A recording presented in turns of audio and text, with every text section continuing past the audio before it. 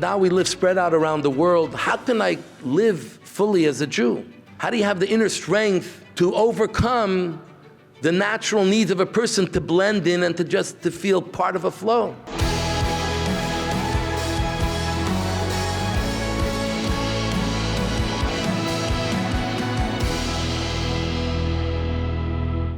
So all of you are aware, I'm sure, Joseph's brothers, mostly his brothers from Leah,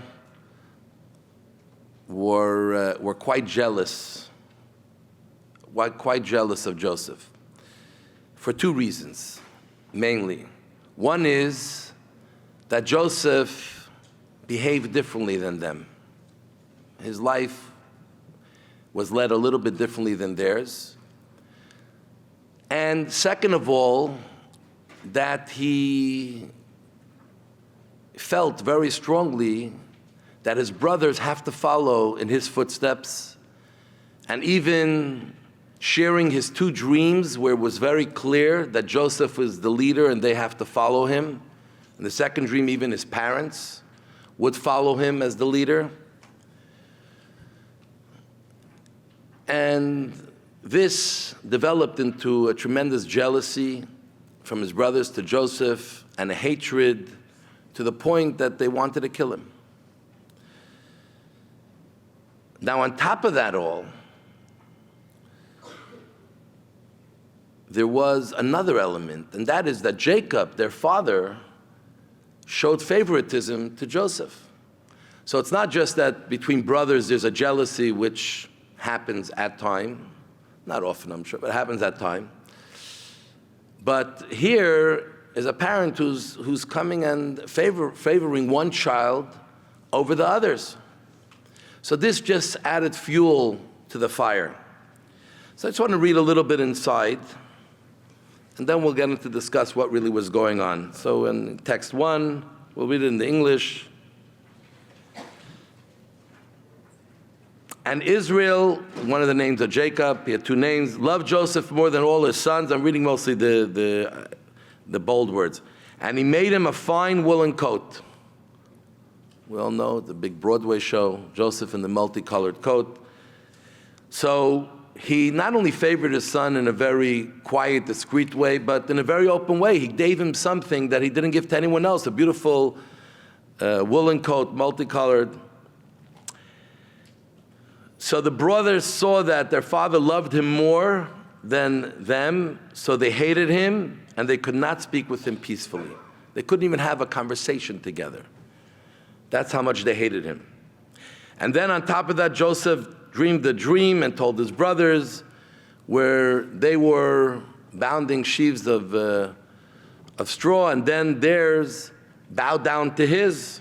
So they continued to hate him, to the point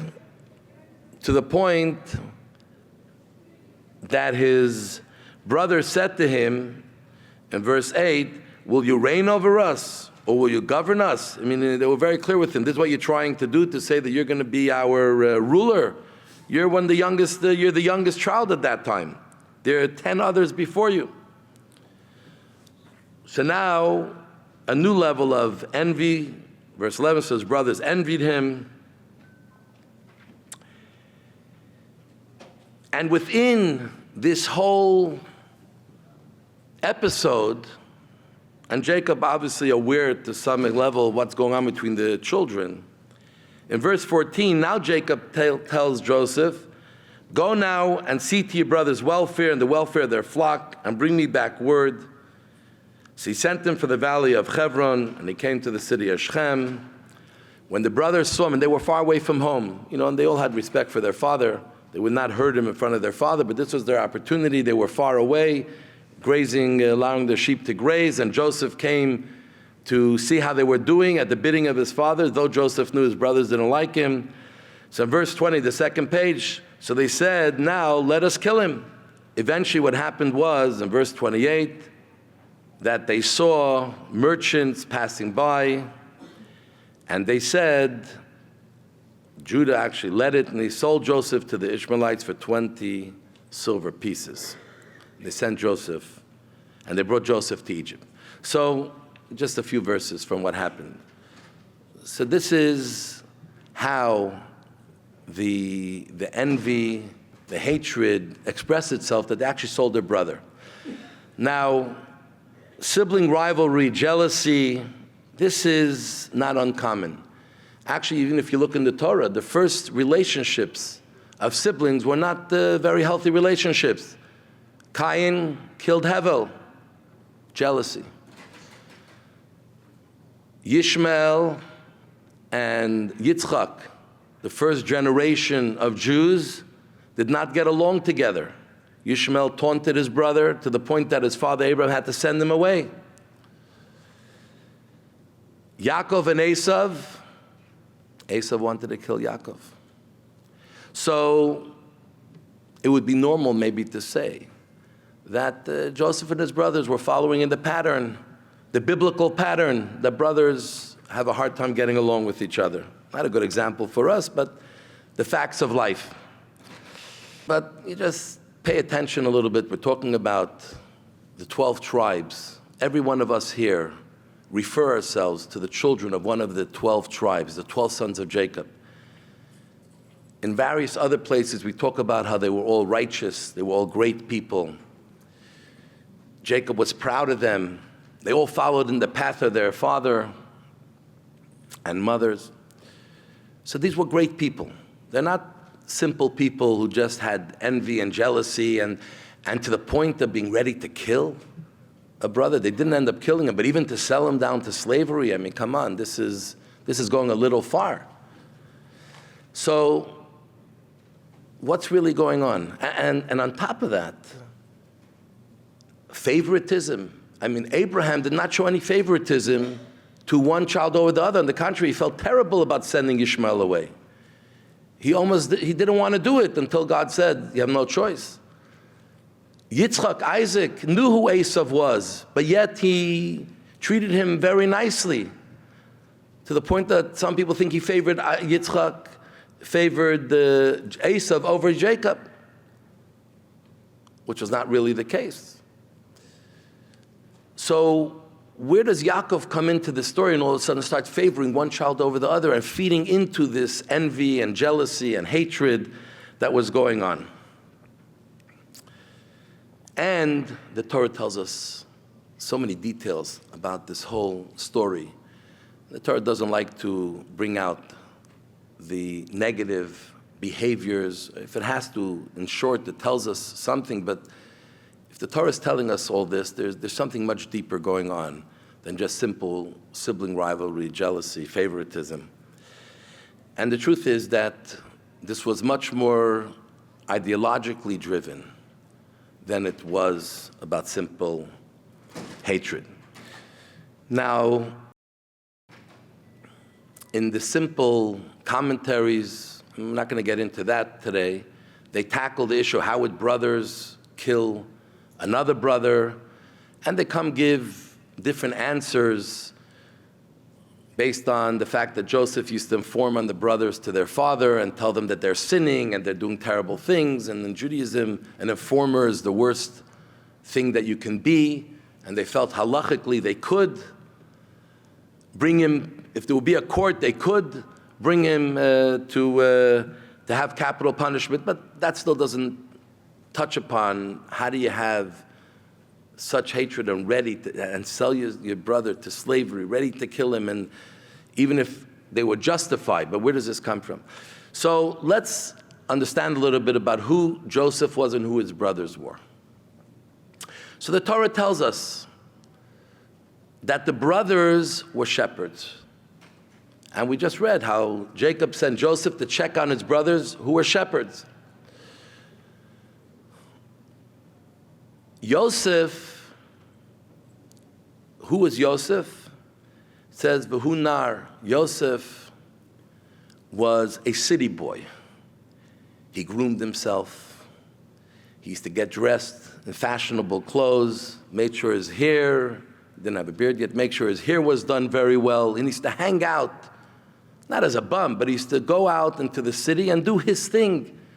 His business, his whatever he was into, he was doing amongst the people who he lived.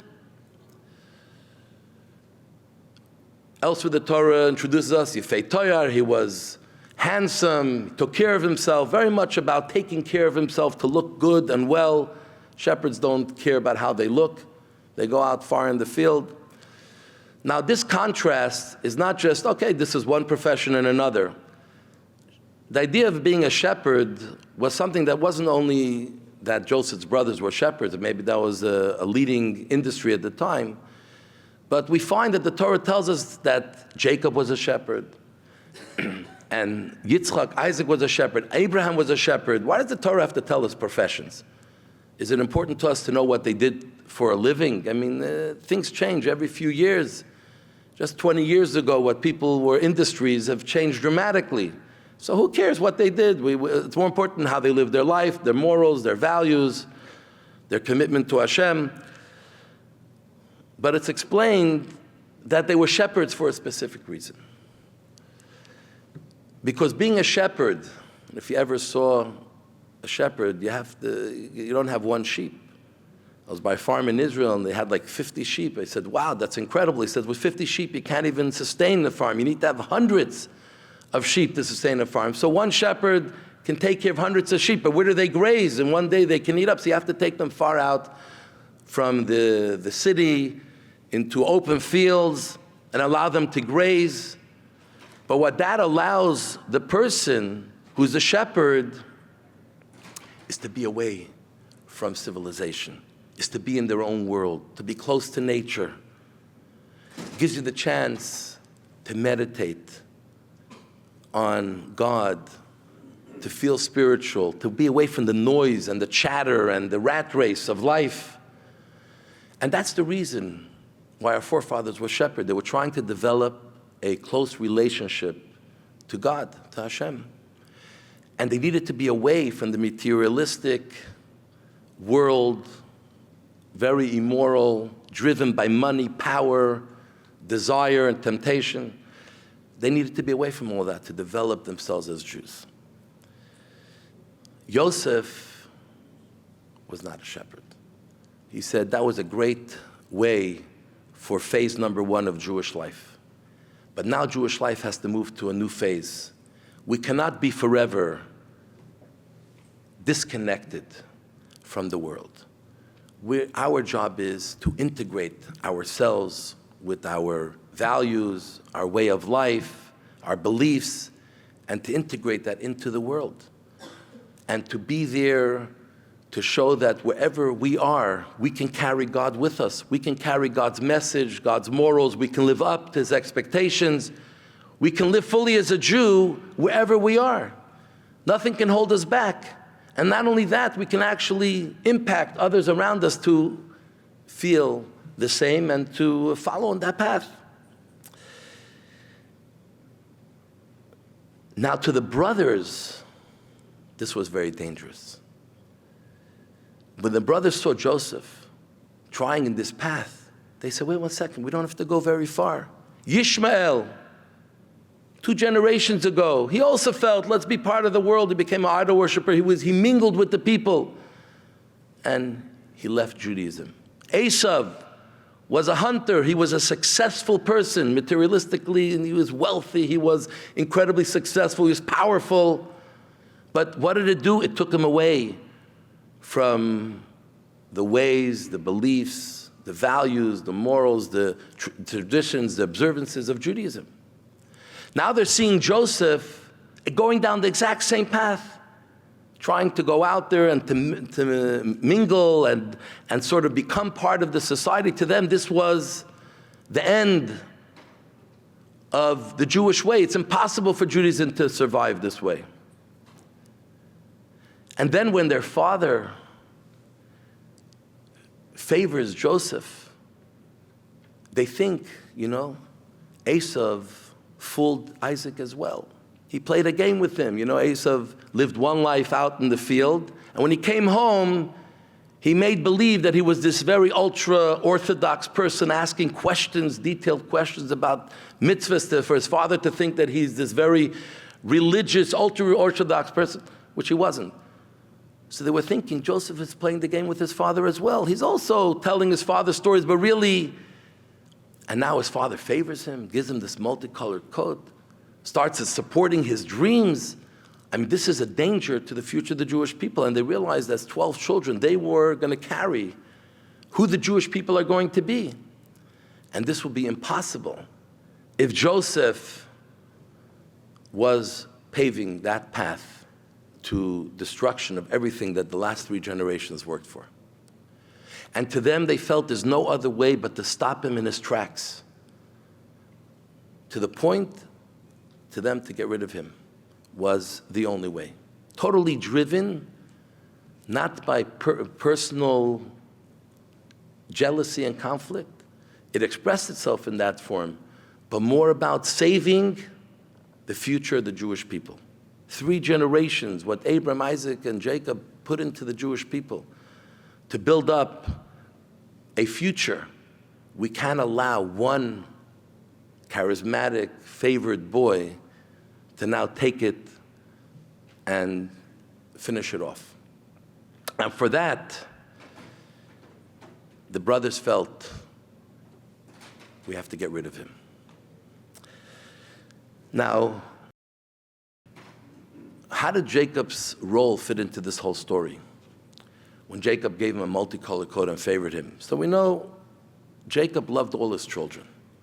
At the end of his life, he blessed his children. He loved all his children. Every one of them were dear to him and special to him.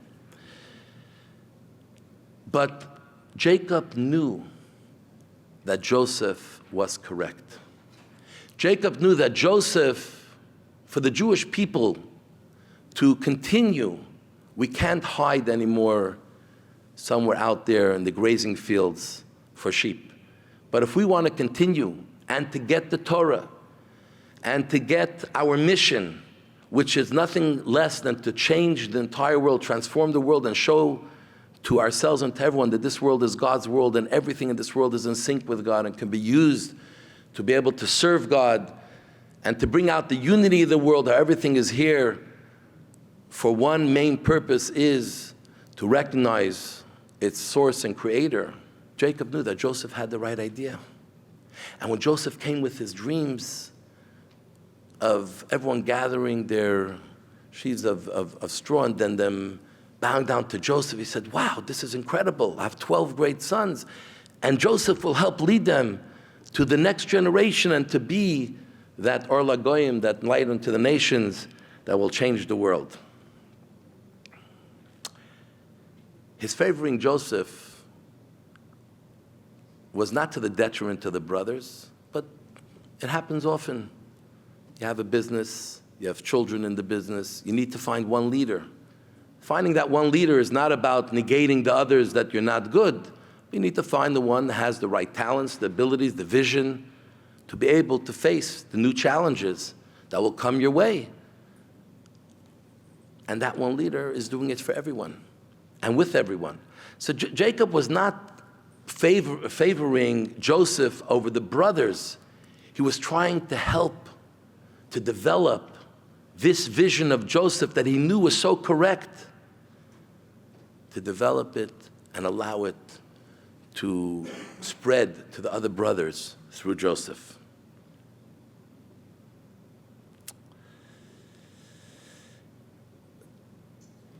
Now, this debate between Joseph and his brothers didn't end then and there. This has been an ongoing debate. We actually find it in the desert. The Jewish people received the Torah in the desert, and now it's time to go to Israel. They send spies to scout the land and to figure out the quickest and easiest way to be able to conquer the land of Israel. They come back, and 10 out of the 12 come back with a very negative report, instilling fear into the Jewish people that we'll never be able to conquer these 7 great nations. And the Jewish people turned on God, and they rebelled, and they said, we don't want to go into the land of Israel. And God punished them, and they stayed in the desert for 40 years. Again, it's discussed what was really going on. The spies were great people. They were the leaders of their tribes. They were tzaddikim, they were righteous people. What was What happened all of a sudden? All of a sudden they got afraid. They saw God take them out of Egypt. They saw how God drowned an entire nation in the sea that saved them. And now and God feeds them manna from heaven, water from a rock. I mean, so what are they afraid of? But there was something deeper going on as well at that point, and that was the same exact issue.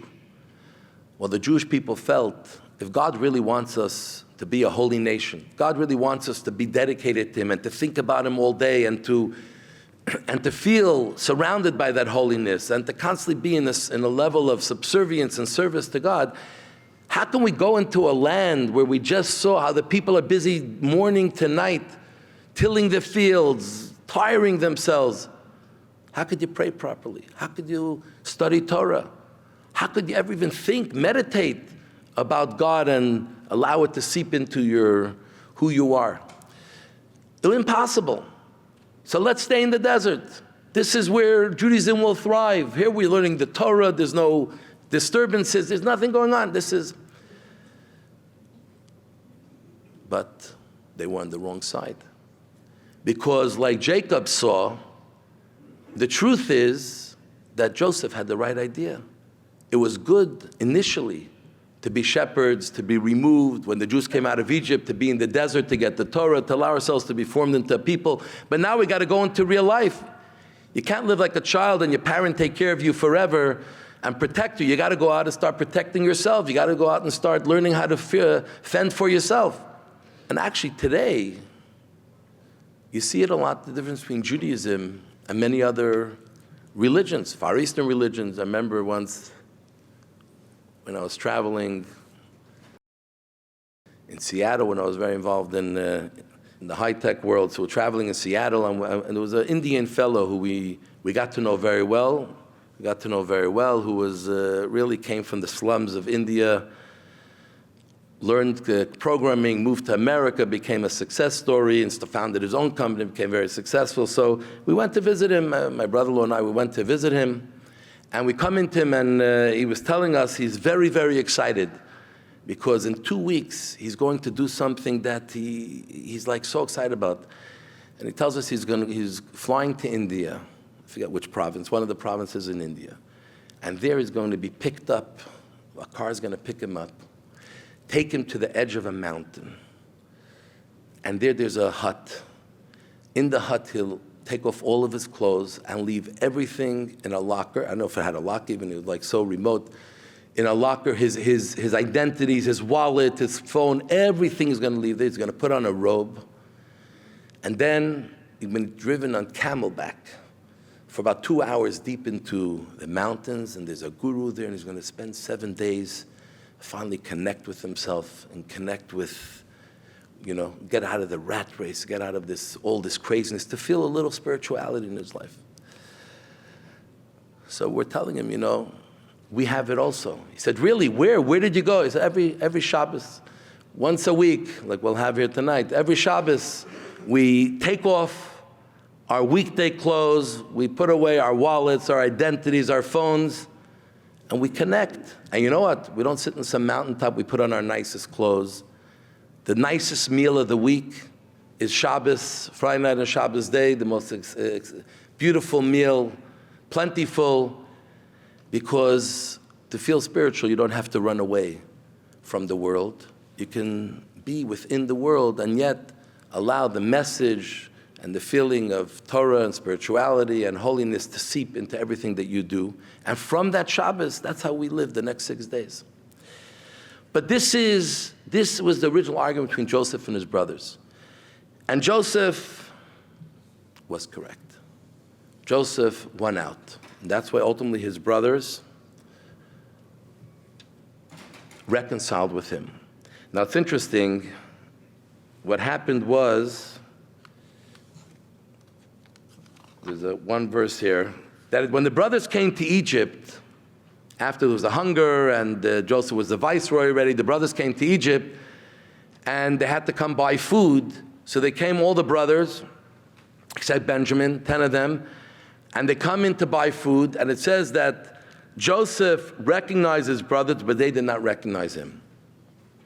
Now, they were only separated for 12 years, maybe a little more. They were separated for 19, 20 years. So Joseph was a teen, 17 at the time. Now he's 30, 38, 39. But, you know, you don't see someone for 20 years, but a brother, his face, he looked exactly like Jacob. What do you mean they didn't recognize him? I mean, how could they not recognize him? He recognized them, obviously. He saw them, these were his brothers. But, I mean, between 10 brothers, no one was able to recognize Joseph. But the answer is, they looked at him and probably said, wow, he looks exactly like our brother. How is it that in Egypt, someone who's the viceroy of Egypt looks exactly like our brother looks? He looks like he's from our side of the desert, not this side. But they never imagined that their brother could be here at this position. They never imagined, how could a Jew ever make it to this position? How could a Jew ever be a Jew and be at that level? It didn't enter their mind, no matter how much he looked like their brother. Because they couldn't imagine, but Joseph had the vision, and Jacob saw that this is the future, and this is what he encouraged. So this is not to encourage that for ideological reasons we should have sibling rivalry, and if we have different beliefs, we should fight with each other to the point of such hatred, and even want to hurt the brother and to kill the brother. Obviously, even though we have ideological differences, we have to love everyone, especially our family. I mean, all Jews are family, but especially our nuclear family, our immediate family, we definitely have to love and treat properly and respectfully. So that's what the Torah tells us, a little interesting thing I want to just read in text number 2, where we find that some of the episodes that happened in the Torah are not so understood, but they happened for reasons beyond our understanding or control. So it's a nice story that happens, seems coincidental. The father sends the brother, Joseph, to see his brothers. They end up capturing him and then selling him. So Rashi, in text 2 on page 5, tells us, it says that Jacob sent Joseph from Hebron. So Rashi says from Hebron, but is Hebron not on a mountain? Because it says that they went up, so it seems like Jacob did not send them from Hebron. And they ascended in the south, and they came as far as Hebron. So how can he say he sent them from Hebron? It seems that they were coming from somewhere else, not from Hebron. So it says, what happened was he sent him from Hebron, is referring to something that happened from Hebron. He sent him, but it is to be understood that he sent him from the deep counsel of the righteous man who was buried in Hebron. Abraham, to fulfill what was said to Abraham between the parts, that you will be that the Jewish people will be slaves unto a foreign nation. So meaning that Yaakov thought he's sending Joseph to see how his brothers are and to see if maybe somehow he can endear Joseph to his brothers and get them to listen a little more to him. But while Jacob was thinking that, and the brothers were busy planning to kill him, God had another plan that he was making happen that they didn't understand. God already told Abraham that your children will be slaves in a foreign land. And it could have happened in 2 ways. How do you become slaves to a foreign people? Either they capture you and they bring you down as slaves, which is what happened after the destruction of the temples, or you somehow end up in their land and eventually at some point you become slaves. So there's a lot of dignity that's saved. And God didn't want the Jewish people to be brought down in chains to Egypt. So he made it that there was a jealousy and a rivalry, so that Joseph was sold by his brothers, even though it was his brothers, but he was sold to Egypt. And he ended up getting a good job, even though he was in prison, he becomes the viceroy. And eventually, after he died and the brothers died, their children became slaves. So from here we see ideologically is not a reason, ideological difference is not a reason to fight. There was something that God made happen, just like he made Adam and Eve sin, just like the golden calf. There were sometimes events that happened that are not just symptomatic of the way it's supposed to be or it could or it should be, but it's just It had to happen at that time. But from here we learn to understand the process of how Judaism grew from a group of small people who were secluded and away. And even though Abraham had an open tent, but he never connected in that way. They came by and he told them about God, but he was in his own world, and so was Isaac and Jacob. But now Joseph said, we got to be part of the world. And he exemplified it by becoming viceroy of Egypt. So now, I want to go to part 2. If Joseph was correct, and this is the right way, and the brothers have to follow in that path, so why is it that when Joseph revealed himself to his brothers and told them, please bring our father down and let him live out the rest of his life here, we'll take care of him, I'm the viceroy, second in command, it will be a good life. What did Jacob do at that time? He sent Judah, he sends Yehuda to go down to Egypt and to establish the infrastructure of Jewish life, make a yeshiva, a school. But one second, wasn't Joseph in Egypt? Wasn't Joseph the one who had the vision and the dream of what the future Judaism will look like that Jacob agreed with fully? He's in Egypt already. What do we need Judah to go to Egypt?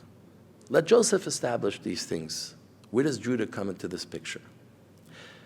So now I want to talk about another dimension of Joseph and his brothers and how we see that this rivalry is something that gets expressed not only at that time, but it's throughout history. And that is expressed through Joseph and Yehuda and Judah. Joseph and Judah, somehow their lives intermingled with each other, personally and then their descendants in many ways. First of all, when the brothers had to go back down to Egypt to get food the second time, and Joseph said, don't come back to Egypt unless you bring your younger brother that you said, I don't trust you, unless you bring him with you. Jacob was scared. He already lost Joseph. Now he's going to lose his son, Benjamin. You know, travel has many dangers. And this is his only son left from his beloved wife, Rachel. So Jacob didn't want. And the brother said, we can't go down. He's not going to sell us food. So Reuven comes up and says, hey, Dad, I have a solution. If he doesn't come back, 2 of my children, one son of yours doesn't come back, 2 of my children will die. So Jacob says, what are you talking about? You think your children are not my children? I don't want to lose more. Who steps up and saves the day? Judah. He says, I'm going to be the guarantor. I will make sure that he will come back with us. And Judah was the leader. Actually, he's the one who sold Joseph. The 2 brothers, Shimon and Levi, wanted to kill Joseph. It's Yehuda who saved his life and said, what are we going to gain by killing him? Let's just sell him off to slavery. He'll be gone out of our lives. That's the first part of Judah's involvement vis-a-vis Joseph. Now he's the guarantor. When he comes to Egypt, all of a sudden Joseph plants his goblet in Benjamin's sack. They catch him. They want to now jail him.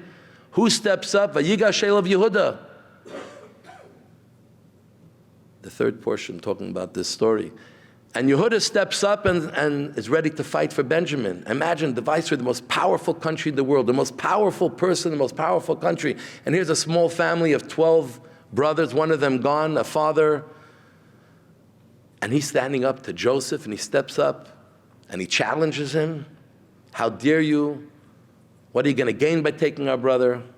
Again, Judah steps up. Now let's look a little further. Who ends up bringing the Jewish people into Israel? Joshua. Joshua is a descendant of Joseph. So who brings salvation for the Jews? Leadership? Joshua. Where is the first temple built in Israel? Those of you maybe are in Israel, you can go see the remnants. Shiloh. Shiloh is in the part of Joseph. Then that's destroyed, And who emerges as the king of the Jewish people? David, from the tribe of Judah. And the kingdom of the Jewish people was promised to him forever. Who establishes the temple, the permanent temple that stood in Jerusalem, and in the same place stood the second and the third one will stand? King David. Solomon built it, but King David planned it. He bought the land, representing the Jewish people. Jerusalem is at the edge of the part of Judah. Then there's a rivalry after King Solomon. The Jewish people break up into two groups. The tribes of, it's called the Malchei Yisrael, the kingdom of Israel, 10 tribes, led by the children of Manasseh, a child of Joseph, Joseph's descendants, rivaled the kingdom of Judah, which was a much smaller kingdom, but they didn't last very long. And we're even told that when Mashiach will come, there'll be two Mashiachs. Mashiach from Joseph, followed by Mashiach ben David. Mashiach from King David, from the tribe of Judah. So we see throughout history, until Mashiach will come, God willing, very quickly, very soon, that somehow this leadership rivalry, Judah, Joseph, is still going on in some subtle way. So what is really going on? Wasn't Joseph correct? Where does Judah come into the picture? So the truth is, there's another dimension, another aspect. Because there's no question Joseph was correct, and that's what we engage today in the world, like Joseph. And we even brought from Tehillim, the last text on page 4, that Nohe Katzon Yosef, he who leads Joseph like flocks, meaning that Joseph, we follow in the ways of Joseph. But there was a difference between Joseph and Judah. As we said before, Joseph was always referred to as Yifei Torah. Perfect. He always looked put together.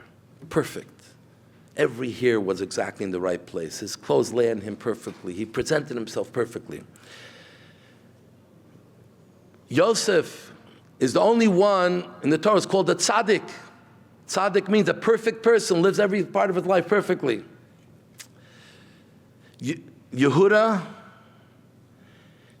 life, the name of Yehuda, the base of the name is Hoda'ah, is acknowledgement, subservience, servitude to God. Yehuda's life was constant struggle. Yehuda sells Joseph, which was a good option at that moment, not to kill him. Then he struggles with the fact that his father, he hurt his father's feelings so terrible, his father never recovered for the 22 years till he saw Joseph, he never recovered from that hurt. Yehuda puts his life on the line to save Binyamin, and he has to step up and face Joseph. It's a very scary moment. To save Joseph, to save Binyamin from being held in Egyptian prison. Yehuda had the famous story with Tamar, his daughter-in-law, who was waiting to marry his youngest son after her first two husbands passed away. And as we know, Judah met her on the road, not realizing it's her, had relations with her. And when he found out she was pregnant, he said, how could a married woman get pregnant? She's an adulteress. Let's give her capital punishment. And Tamar was a great righteous woman, did not declare, you made me pregnant. She sent to him the 3 items he left for safekeeping until he was able to send her sheep, whatever he was going to send her. And she said, whoever these belonged to made me pregnant. And he recognized they were his. But Judah was a big guy. He was an important fellow. He could have easily have buried the evidence and just say, kill her. But no, he admitted. We actually learned teshuvah. It takes a lot of strength, a lot of courage to admit what he did that was embarrassing. And he saved her life. So Judah's life was a constantly one of struggle. It wasn't one of where he just shown he was perfect. It There was always the back and forth struggle that was going on in his life. And the truth is, this comes from their parents. Rachel, who was the wife that Jacob met her first and he fell in love with her. Rachel was also a Torah. She looked perfectly beautiful. All her dimensions, everything about her, not obviously physical only, but spiritual, her character was perfect. And Jacob fell in love with her and said, this is what I want in life, this perfect, beautiful life. Leah, the mother of Yehuda and most of the other tribes, was a Rakos. You can see her struggle, her crying, her bitterness. Everything came with difficulty, with challenge that she had to overcome. Nothing came easy. But at the end of the day, who bore most of Jacob's children?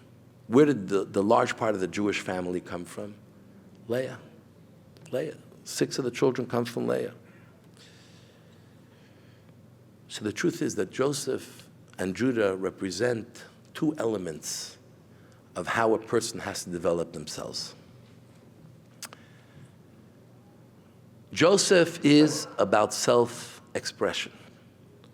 A person has to utilize all their abilities, their talents, and use every one of them to fully express themselves and to become the perfect person they can become. Let me be full of self-preservation, self-actualization. It's about developing who you are fully and completely. And Joseph did a great job at that. Judah represents putting yourself aside. It's not about me. My life is one of service. My life is one where I'm put here by God to do His mission. It's not about me becoming perfectly perfect. It's about making sure that whatever God wants done needs to be done. And I'll put myself and my interests and some of the desires that I have, which may be good desires, aside for the duty of my life, of what I'm here for. An Eved, the true servant. Now, self-actualization is very important, and Judaism encourages that. But as well, it's very important to realize that we live a life of duty. We live a life of service. And how is it that a Jew is able to overcome such incredible challenges when we are a small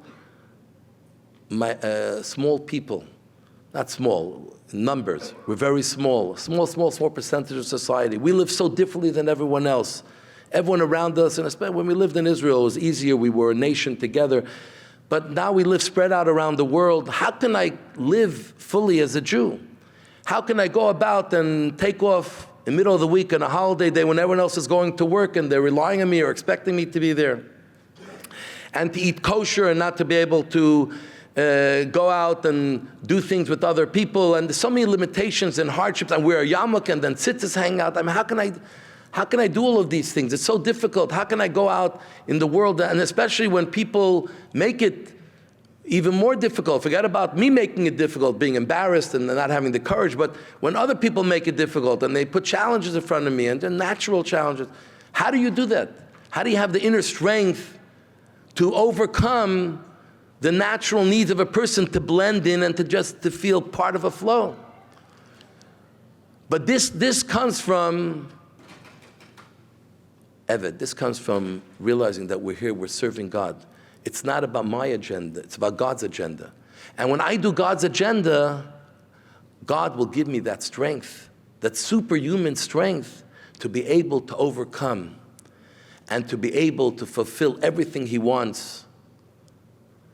That nothing, like when the Jews came to the sea, not even the sea could stand in the way when God just said, walk forward, you see the sea will split. It's not humanly possible. As great as a person is, as much talents and abilities we have, we are still limited. We're human beings. There's only a certain amount of courage and energy and ability that I have. But when I step aside and I say, God, I'm your representative, I'm here for you, you're giving me the strength. Whatever you want, I do, you're giving me the strength. It allows you to go much further. And this is the story of Joseph and Yehuda in our lives. We need both. You know, in Judaism, it's important to learn Torah and to do mitzvahs. Torah is about self-actualization. Torah is where we learn, we grow, we understand, we appreciate, we develop the ideas, we allow ourselves the ideas to come into behaviors, etc. Mitzvahs is about what does God want me to do. Right now I need to pray, I stop everything, I put on my tefillin and I pray. I say the Shema. Right now I have to do Shabbos, I'm going to go and light the candles. Whatever is going on in the world, it's not important. This is what God wants right now, this is what I'm going to do. Mitzvahs is all about subservience. It's about, even if we enjoy the mitzvah and it's beautiful, but you got to do it when God said to do it, and how God said to do it, and not just how I want to do it and how I feel about doing it. Mitzvahs is about Yehuda, and Torah represents Joseph. And in Judaism, you need to have both of them. But at the end of the day, the rabbis had the discussion, what is greater, Torah or mitzvahs? And the Talmud says, Torah is greater. Torah is God's wisdom. You're able to grow and become something so special, so unique. But you know why Torah is greater? Because it brings you to do mitzvahs. Because at the end of the day, our real purpose here in the world is not just self-actualization. It's about actualizing God's vision and God's dream in this world to make this world his home. So Joseph always came first. But who was the last one standing? How are we supposed to, what's our goal? Judah, the way Judah lived his life. To have that level of subservience and acknowledgement that my true greatness will be actually when I submit myself to something greater than me and be carried on the wings of God to infinite places. And God willing, very soon we'll merit the coming of Mashiach ben Yehuda ben David, Mashiach that will all our being, like we're here now, we're totally into that immersive life of Judaism, and we'll be able to carry it when we're back home and experience Mashiach very quickly in our days. The Rohr Jewish Learning Institute has the largest collection of Jewish media online. Hit subscribe for more.